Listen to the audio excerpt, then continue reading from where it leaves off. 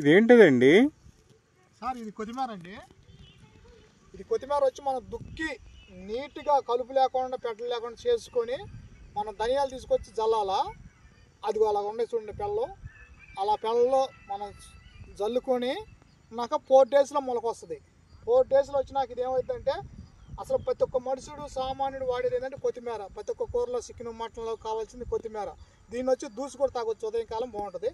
ఇది మనం ఏంటంటే వేసినాక 4 డేస్కి మలుస్తుంది.